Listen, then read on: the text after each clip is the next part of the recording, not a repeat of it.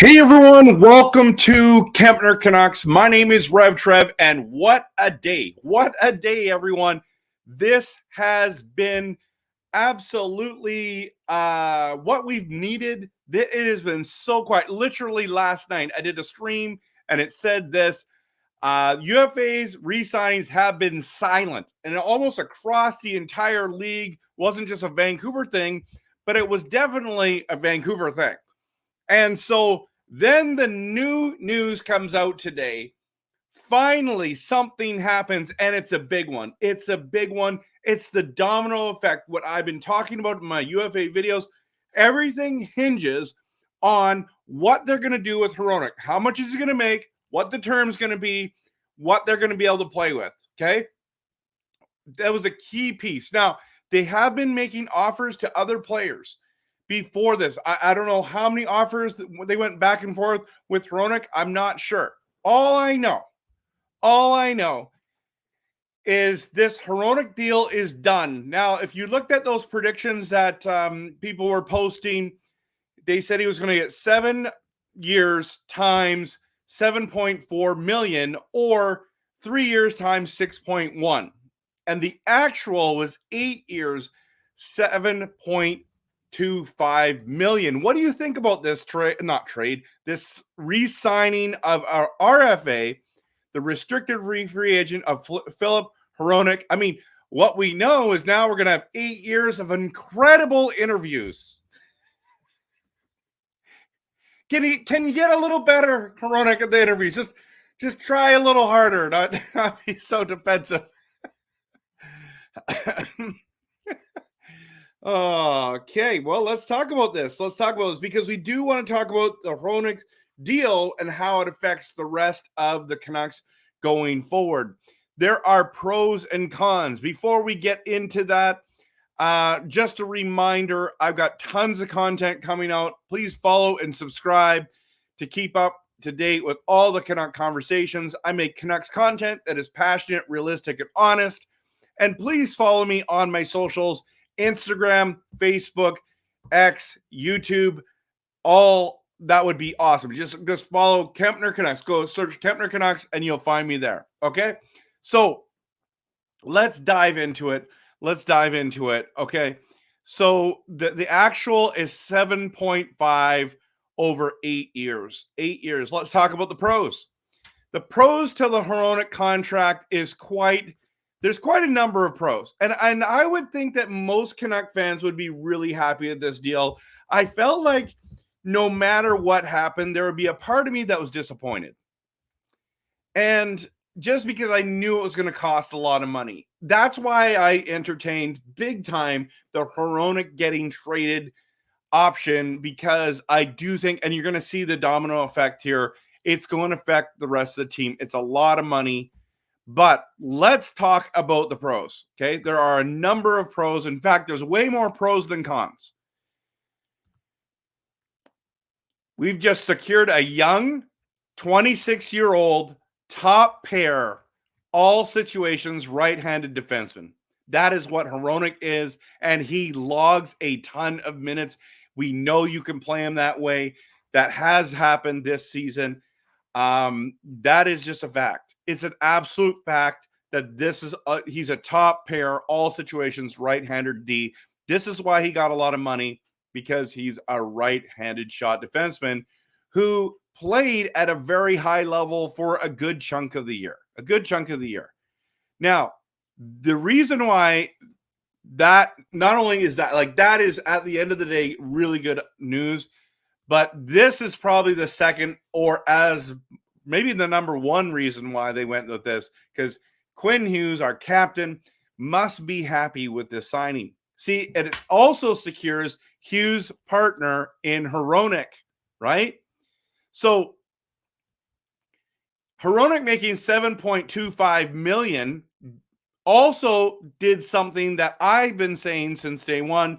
Everyone's been saying, not everyone, a lot of people saying that Hronek is going to make around $8 million a season.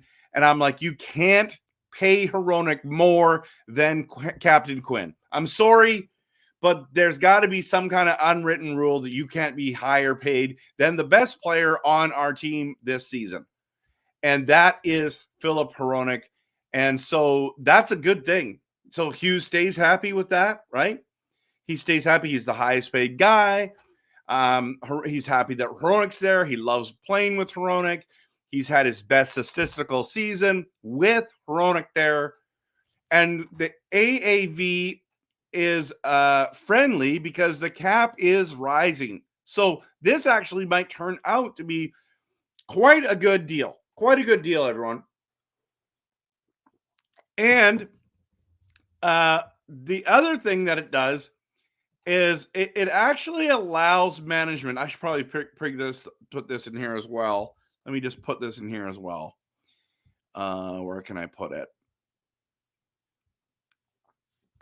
I'll go here. I'll go here.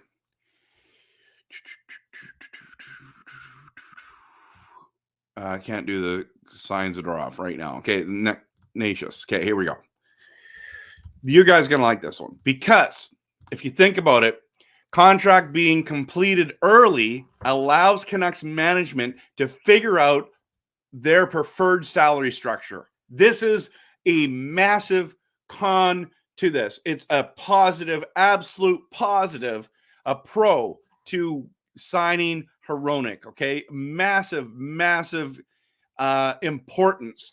So this contract being completed, man, it just gives Allvin and Rutherford opportunities to figure out what they're going to do going forward. The unknown of this would hurt because they wanted to sign Hronek and get a deal done, so they just know what's going to happen. And of course, the other big pro is that they avoided arbitration, and a lot of people were going to say $8 million times 8 years, which I did not want to do. In fact, if I'm honest, I actually wanted $6.7 million a season times, I would say 6. But the way arbitration was going, the way that you do comparables, the way that he did have the production that he did have, this was the important part. And this is why important part, because this is why the domino effect happens, because he did get 7.25, which I'm fine with. I'm not thrilled about. I'm not thrilled about the contract. I'm okay with the contract. And a lot of people get really hurt over it when I say things like that. I do passionate, realistic, honest advice.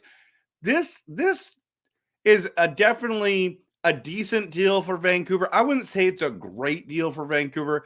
I wouldn't say it's an awful deal for Vancouver, but it could be depending on how he plays, his health, all those kind of things. That's what's going to determine whether this is a good deal or not. But avoiding arbitration was a great option. Great option. So here's the concerns I have, and there are not many. There's not many, honestly, is that Hronek's contract concerns are this. Where did I put them? I didn't even put them in there. Well, let's put them in there. Okay, so we'll do here. Okay, so 8 years. 8 years is a long time, everyone. Now, the good news is at his 8th year, he'll be 34 years old. That's not so bad. But let's be honest, it's a long time. A long time. Okay, that's a long contract. All right. And then I just how many great years is he going to have? Now, they front loaded the contract. I'll show it to you in a second. Actually, I'll show it to you right now. It's going to cover me, but that's totally fine. Where is it? Frank Saravelli posted this. 8 years times 7.25. So in 2024, so next season, he's making a base salary of 5.5 plus 4 million in signing bonus. You look at the next year, so that's 9.5 million. Now the cap hit is 7.25 million, right? Then you look at the next year, it's a 9 million one, and that's with the signing bonus as well. And then in 26-27, it's 6.75 mil. That's just salary, no signing bonus. And then they get into, it starts changing. Interesting. I think it's supposed to say, is it 4.8? So it's 27-28. It's 8.4 million with the signing bonus as well, right? The two combined. And then 6.7 there.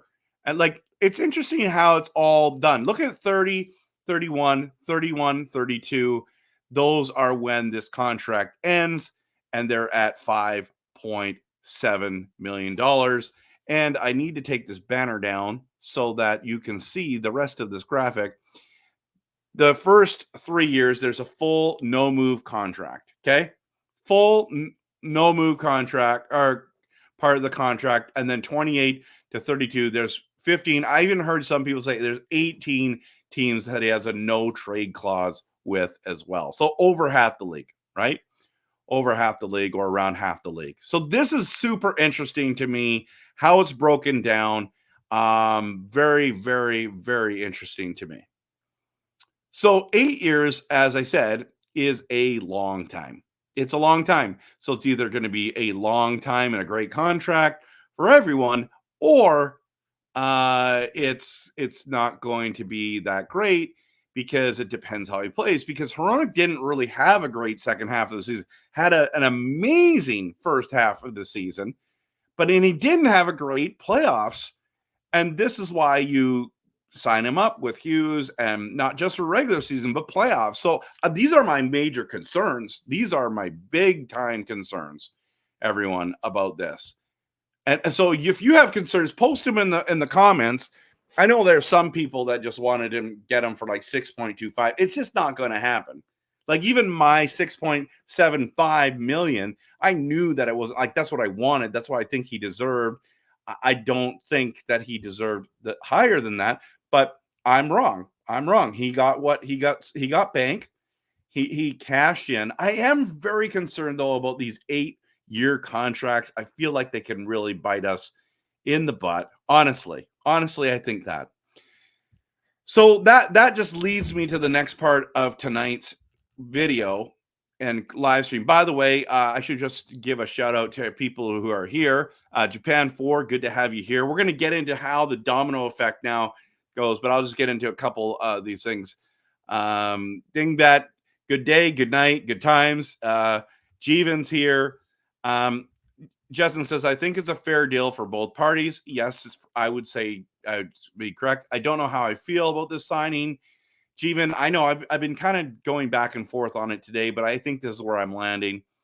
All I can say is he better score at least 10 goals, making yes, you're right. Stop it, Joe. What about our right-handed prospects of both now and future, like Wilander? Will that cap them as a second pair guy? Well, that's a good question. A lot of people say that they think that he's going to be a second pair. His ceiling is a second pair defenseman. That's what the ceiling is for him. But maybe he's wrong. Maybe he's better. I mean, if he's better, awesome, right? Dingbat, he should be able to score 20, I feel, and play a full season. I don't know. Okay, so Disturbed comes in. Mike, good to have you here.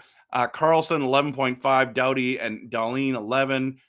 Yeah, okay. These are all 9.5 there. Nurse, 9.25. Hronek for 7 has great potential. But don't you think, like, okay, maybe Hronek's better than Nurse, but which one of these other guys is he much better than? I think that's why he got the money he did. And struggling in the second half of the season is why he ended up getting 7.5 and not higher. So Dingback says Wilander makes a good case, but could turn out to be better than Hronek. But if we want to make that case, Hronek would need to be traded, which can only be done this upcoming season. Actually, he can be traded a little bit more. Yeah. So yeah, 15. That's and you saw that already, right? So Hughes, Wilander, Pettersson, Hronek will be our top 4 in 2 years or less, depending if we sign someone like Zadorov. We'll see. I still think his ceiling is 7 million, 6.5 million. Okay. PC gamer dad. We'll see how it plays out over the next couple of years. Yep, absolutely. 2 wins to go. Okay, yeah, we'll talk about the Oilers later. Keep hearing that he's a really popular player in the room. Wasn't aware of this. His toughness is also a bit underappropriated. Big fan. I'm glad you're excited, Alan. Good to have you here. Okay, so yeah, he was injured second half of the season. I expect him to be to 50 to set. Well, he's 50-point guy now, 48. So you got to be there or higher every single year, right? Playing with the best defense, the best defenseman in the league. Not sure about it, but he is 26-year-old D-man. He really did good this year. Dreamer says, especially in overtime. Who's the next sign? Okay, that's gonna be the thing. And yes, Jeevan, you're right. Has a good shot. Better show up in the playoffs. Okay, let's dive into the key to this entire video is what is the effect? What is the effect, everyone? So basically, what about the remaining UFAs and what about the free agents? Actually, that's what I should include there. And UFAs and free agents. Okay. So we're gonna get into that, but I want to show you first this. The current Canucks cap space remaining is $17.778 million, everyone. So this is why this contract was so important. We now know what to play with. Not we, they know now what to play with. They know what they have, what they can and cannot do, everyone, okay? So now when you start thinking about this, it does change the way that we think about what we have remaining and who we can go get and who we can re-sign. There are some big keys that people want to have, okay? Because as you know, we do still have a number of holes. I posted this today. Let me just take down this banner so you can see this properly. We still have we need a winger on both lines because if you move Sutter down to the third line as 3C, what are you going to do with the rest of these holes? If you keep Suter on the top line with Miller and Besser, that means there's a hole at the third center position. But you have Amon as the fourth one there. McCabe is buried on the fourth line. Podkolzin now has a role on the team. It's getting pretty thin, but you've got the Hughes, Hronek, Soucy, and Juleson down pat. You've got Demko for sure, right? This is in white is all the solidified people, but there are still a number of holes. And because this is how much money I had to spend, that goes quickly. Let me show you what I mean by that, because I think if we're honest, and I know this is in front of my face here, I get it, everyone. So we're asking the question, what about the remaining UFAs and free agents? I think the no-brainers are Shelovs, Bluger, and Myers. And the reason I say that is because of how much they will cost. How much will they cost? And then the big question is, and I'll take this down now, is this piece right here. The domino effect. Will we lose Zadorov, Lindholm, and Joshua? That is what people want to know. I don't think Lafferty's coming back. They haven't mentioned him at all. They're not talking. No one's really talking about Ian Cole. He made $3 million last year. You can't afford a $3 million guy if you want some of these other guys. Now, some of you are like, okay, Trevor, I think 2 out of the 3 are not possible. That we're moving on. Let me just show you something really important. Okay, let me show you. This is the reason why I made this video. Is because of this right here. So we have the 17 million, 17.7, almost $18 million still remaining in contract. I think Shelovs is a must. I think you're going to get him for about 1.5 or so. I don't think you're going to pay him $2 million a year. I don't know how many years. We're not going to go in how many years. We're just going to talk about what it's going to cost us this year. Bluger made $1.9 million last year. I think you give him a raise. give him $2 million. Okay. Let him stay. He was a crucial part of the penalty kill and that line with Garland. I know Joshua was there. Don't get me wrong. Okay, everyone. Now, Myers, I put at $4 million. I do think I need to lower that to $3 million. I do apologize. I think he's going to sign for about $3 million. If you can get him anything under $3 million, that's affordable. I need to change that graphic. I meant to put $3 million there. Anything under $3 million, you just got to do. Now, there seems to be a lot of interest right now in Myers. Okay. So he might not stay. It's not a slam dunk here, but it's an affordable price. And then it goes over to Zadorov. And this is where I think it's still possible to land Zadorov. This is what I think is happening. I don't have any inside information. This is my best guess. I believe that Zadorov has been offered under $5 million by the Vancouver Canucks. His current contract is $3.75 that just expired. The Canucks are probably offering him $1 million in increase at 4.7. This is my guess. Okay. We know that they've offered him 4.5 million. A lot of people think he can get 6 million times 6 years.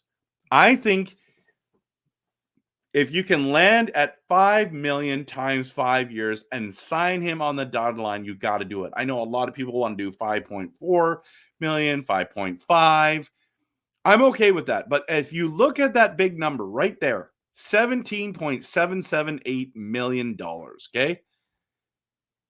You give Zadorov 5.5, now we're down to 12. And we haven't signed Shelovs, we haven't signed Myers, we haven't signed Bluger, okay? I do think signing Hronek to that deal makes it so Joshua is gone. He wants $4 million. I think that's where I made a mistake. I put Joshua and Myers the same there. But I think he's gone. And Lindholm, they offer him 7. He did not take that. So he wants more. He's going to be gone. So now, if you look at just Shelovs, Bluger, let's say Myers for 3. So that's 3.5, 6.5, and then that's 5 million right there. We'll just go 5 million. That's 11.5 million. So maybe now Zadorov is not coming back because you need guys like a winger like Gensel. Now he wants $9 million. Listen, if Gensel gets $9 million, did I add that math up right, by the way? If Gensel gets $9 million, let's look at Gensel for a second. If we with this salary cap, we get Gensel at $9 million. You're talking to me now. My goodness, we have what, $8 million to play with? And if you sign Shelovs, you sign Bluger, maybe you don't sign Bluger back. You got to sign someone. I mean, someone's got to be there, right? Maybe you don't, but then you need another winger. So then you need DeBrusk. And I think DeBrusk is going to ask for a raise. He's going to ask for 4. He made $4 million last year, made 4.5. Maybe you got to go really young. Maybe the plan is Lecker-Mackey is going to be playing significant minutes at a rookie contract. You might have to do that. If you don't get Zadorov back, you got to go get Dylan. Maybe he will take $2 million, $3 million. These are possible, affordable contracts. I think you have to give Shelovs a contract, and then everyone else is good from there. But $9 million, like just look at the free agents for a second, okay? So $9 million times what plus Dylan at 2. Let's just say he goes on a major local discount because he's from here. That's $11 million. You have $5 million 0.778 left, right? And you get DeBrusk at 4.5, and then you add Shelovs. I mean, you don't have any money to play with, everyone.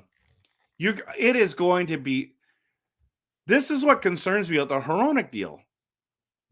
I mean, he's worth it, right? He's worth it, but it concerns me. All right, I want to hear what you have to think about this. So, Ashton's here. Bring out Lecker. Yes, I think we have to. Jack said I didn't realize She Loves needed a contract. Yes, he did. He did. Ashton thinks that Zadorov signs for 4.7 times. So I would be very, very happy with that. Justin, I don't want Gensel 8 years. Sounds horrible and screams Louis Eriksson. He's not. Trust me, he is not going to be Louis Eriksson. The amount of times he scored over 30 goals, the amount of times he's had decent points, I don't think that Gensel's going to be there. And I agree. Well, I'm going to do a video, Jeevan, on this about Lindholm and letting him walk. That hurts. It hurts. Ashton, I think you're right. Joshua's gone. Lindholm's gone. That's why I said that. Disturb wants to keep Joshua, at least some spots for the Abbotsford guys. Internal competition can be a good thing. Alan says Hronek was always priority number one, and you're probably right about that. Even though him being priority number one, they did offer contracts to Zadorov and Lindholm, and if they would have signed those first, I mean, what would have happened if Zadorov or Lindholm's accepted the $7 million? Would have they kept him? Yeah, PDG could be checking line as well. Yeah, that's good. Yeah, it's hard, right? So, Finstad, good to see you, my friend. I love Zadorov, but it's risky paying him that much after not working out on multiple teams. But he worked out on our team. But you're right, the money's hard. The money's hard, right?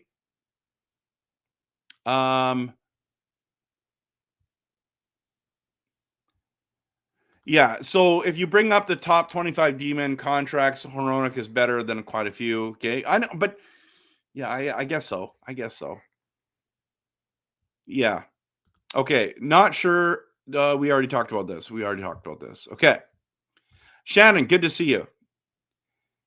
Poolman can be put on the LTIR.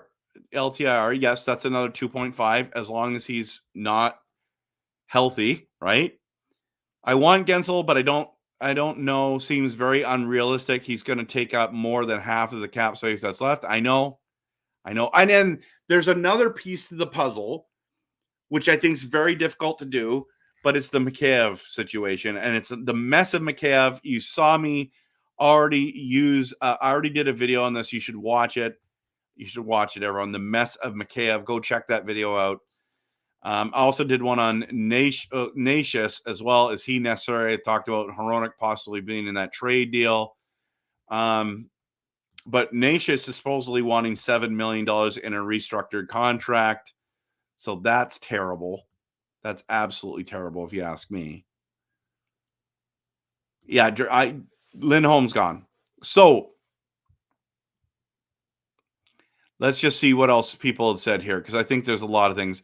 Myers and Zadorov under 8 would be perfect. That would be perfect. That would mean, yeah, that would be perfect. I think that would shore up our D, but then at the end of the day, it also hurts like what kind of forwards we're going to bring in. Bring up Josh Bloom. He had 40 points and 34. And yeah, I think he's going to get a shot. Lyndon, good to have you here. Wasn't Myers 4 times 6? It was 6 times 6, I thought, Alan. But I could be wrong on that one. Yeah. Yeah, I know. There's been some gross moments there for sure. Angela, you're right. If you want to sign DeBrusk, you might as well sign Joshua. I mean, I think DeBrusk is better than Joshua. He gets more points than Joshua. He's got more playoff experience. He had the most points on Boston this playoffs. I think like Joshua kind of had a few good games in the playoffs. I think DeBrusk is a better player, but I see what you're saying. I just don't think Joshua's worth $4 million. I think he's worth 3. And I know we're splitting hairs now, but you've got to when you sign big contracts. She loves and Gensel enough. Trade Demko, create cap space. That's a possibility. I don't like that possibility. Pullman LTR is I thought it's 2.5 million. So that's, yeah, Duclair's an option too. They could still do a trade and free up some cap space or upgrade from Mikheyev. Yep, right. Over cap after OEL and Pullman. Yeah, but Pullman's not coming back. I don't think we're over the cap with the OEL. I think that's factored in there. Zadorov probably does want 6, but he's not getting that from Vancouver. Isn't Pullman? Yes. Yeah, Gensel played with Crosby. I know it inflates his stats. I agree. But in theory, Trev, shouldn't Pettersson be like another skilled guy? I think that's important to think about. Yeah, they can't LTR our guys yet. Pullman will save us 2.5 million. Joshua is more replaceable than Zadorov. Faith in Alvin to find next season's value contracts like he did last summer. He has to work his magic. Gensel isn't young. He will be 38 at the end of the contract. I agree. That does concern me. All these 8-year contracts scare me. Any chance you still think? I don't think Natius is there unless we traded Hronek away. But maybe I'm wrong, and we'll find out. Mikheyev to Chicago. They'd like to help us clear cap. The problem is you have to add a draft pick with that. That is the big concern, right? So huge concern. Would they go after Jeff Skinner? I don't know if they could afford to do that. Depends on what his contract would be.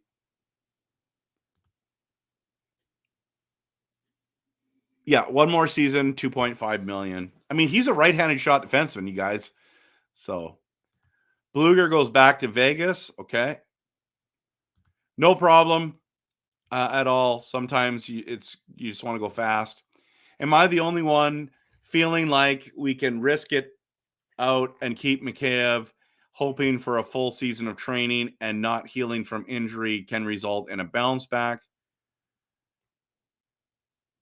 We'll pay a lot to offload him if we do. You know what, Jax? I think that you have to keep him on the fourth line and just keep him for we have him for another 2 years if memory serves me correctly. Let me just see here.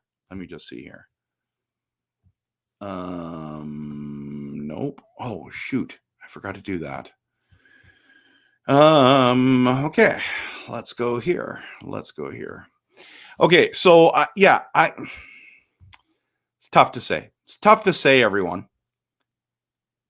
I think he's going to bounce back this year. I don't think anyone wants him, honestly, and I think it's just bad business to get rid of a draft pick for him. DeBrusk is not 50. He's not 50. In fact, I did a full video on him yesterday. The plan B with DeBrusk. So go check that out. I think he's 26. Or 28 max. I don't think he's past his prime yet. Okay, where am I? Got to go back to the comments here. With a raise in cap, everyone is worth more. Yeah. DeBrusk is like 26, 27. Hands, welcome. How many right-handed under age of 27 can be top 2 defensive can you get? I know that is why they went and got him, right? Or kept him. It's a pretty good deal. I wouldn't say it's a great deal. I'd say it's a pretty good deal. Right now, PD is overrated. He is not living up to his potential. He's had one great season. Last year was pretty good. He had a lot of slumps. I'm no longer protecting PD. If he wants to get the big bucks, he also gets the big criticism. So I like Zadorov and I like to keep him. I'm still learning which players play on the left and the right and defense. And if so, yeah. So Zadorov's a left-handed shot defenseman. Myers is a right-handed shot defenseman. Juleson, right-handed shot. Hronek, right-handed shot. So Utah is the most cap space, 43 million. Yep. but I don't think they want Mikheyev. Great content. Why? Because we have a contract. Sorry, not content. Great contract. Why? Because we have Hughes as well as Hronek. Long-term number one pairing is set. That is why they gave him the Bucks, right? Roberto, I hope the next big signing is Zadorov, and that I think that the Dakota is walking. 2 years. 2 years for who? Zadorov?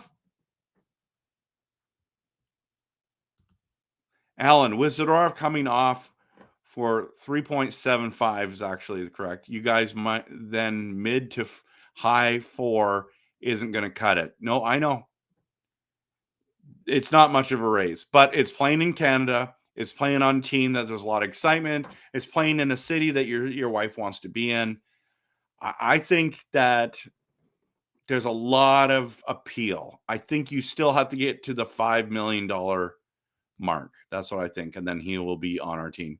How much would Tanev have been if you think for a short-term deal? I think that, again, Tanev would have been a $5 million guy. I don't think he's coming for 4.5. I don't think he's coming at all because I don't think he wants to leave Dallas personally. So, Bruce, there hasn't been any news about Besser and his blood clot. I think he's just progressing. He's getting care. That's all I've heard, Bruce. So I'm not sure. Your thoughts on if they should get Chandler Stevenson? I've heard his name a number of times. I haven't really looked into him. We might have to go look at him because just of the money piece. I mean, when going to get Susie, Bluger, and Cole last year were big pieces to the puzzle that were just for this season. So, I mean, obviously Susie's was a 3-year deal, right? 3-year deal. Yeah, 2 years left for Mikheyev. I was right on that one. Thank you for clarifying that. Jake Sanderson and Thomas Chabot make $8 million each. Well, I think Chabot's awesome, but Jake Sanderson, yeah, that's a bad contract. Yeah, so it's probably a fair market deal, everyone. Okay, well, now that we've talked about all that, let's go into our last topic for tonight, and it is the Edmonton Oilers won Game 5. I thought for sure Florida was winning tonight. If you watch the game, and honestly, this Stanley Cup final, it interests me, but I'm more interested in the numbers and who we're re-signing in Vancouver. But it is the Stanley Cup final. There is a Canadian team involved. There is a lot of pieces to this final that I'm really, really enjoying, everyone. Like, for example, the OEL thing. Are you kidding me? He clutched up and scored. I thought they were going to tie it up. What a goal. He is getting crazy minutes. It's just so hard to watch as a Canucks fan, seeing him be successful and good for him. I'm not saying I want him to be unsuccessful, but this Oilers thing is insane, everyone. It's absolutely insane, right? If you think about it, they're down 0-3. The last time a team came back and won 4 straight was 1942. The Toronto Maple Leafs did it. That's how long ago we're talking about, everyone. That's how long ago we're talking about. So, what do you guys think about the finals? Because tonight's game was fantastic to watch. That second period was amazing. I even thought the third period was great, even though there was a lot of goals scored in the third period. The action, it was well worth watching. And Edmonton, to come from behind and win 2 games in a row, that is impressive. Now, I had guys coming into my DMs, not my DMs, my comments, because of I talked about how I thought that Florida was going to win in 6, and then I changed my mind that Edmonton was going to win in 6. So beginning of the playoffs, I thought Florida was going to win it all. I said Florida over Dallas. So, but now I was sitting there when the playoffs, the finals started. I'm like, I can see Edmonton winning the series. Now, when they went down 0-3, I'm like, it's over. It's over. But guys, girls that are watching right now, Connor McDavid is the best player in the world, and it's not close. The performance he did tonight was unbelievable. Absolutely unbelievable. What he did on that ice, he carried this team on its back. He won them this game. And that's what you need from superstars. That's what you need from guys you pay big money to. Pedersen, listen up. You need to carry the team some nights, if not a few nights, quite a few nights.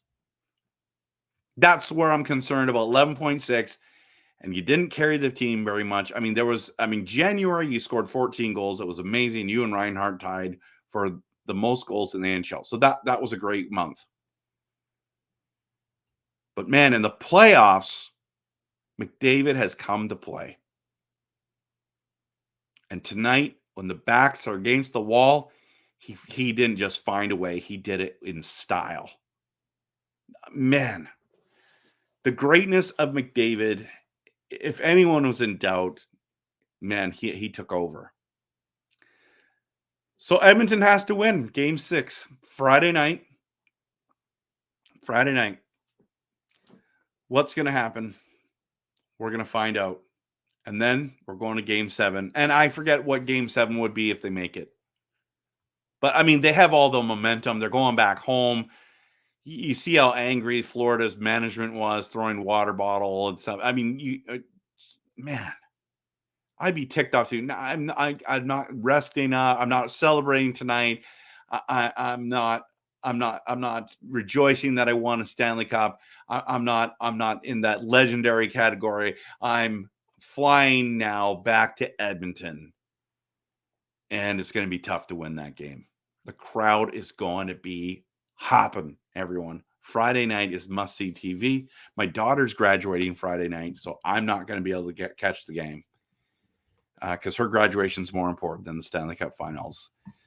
So, yeah, I mean, we might have it on. It might be in the background somewhere, but I just don't think that's going to happen. I don't know. I think there's a big part of me now that wants Edmonton to win Game 6 so that we have a Game 7 Stanley Cup, and then it could go either way. I would love to see that. I'd also love to see Florida win in Game 6 and just crush their hopes. But I respect Edmonton a lot too. What do you guys think? So there's 20 comments as I started talking about Edmonton here. So let's see what you guys say about this.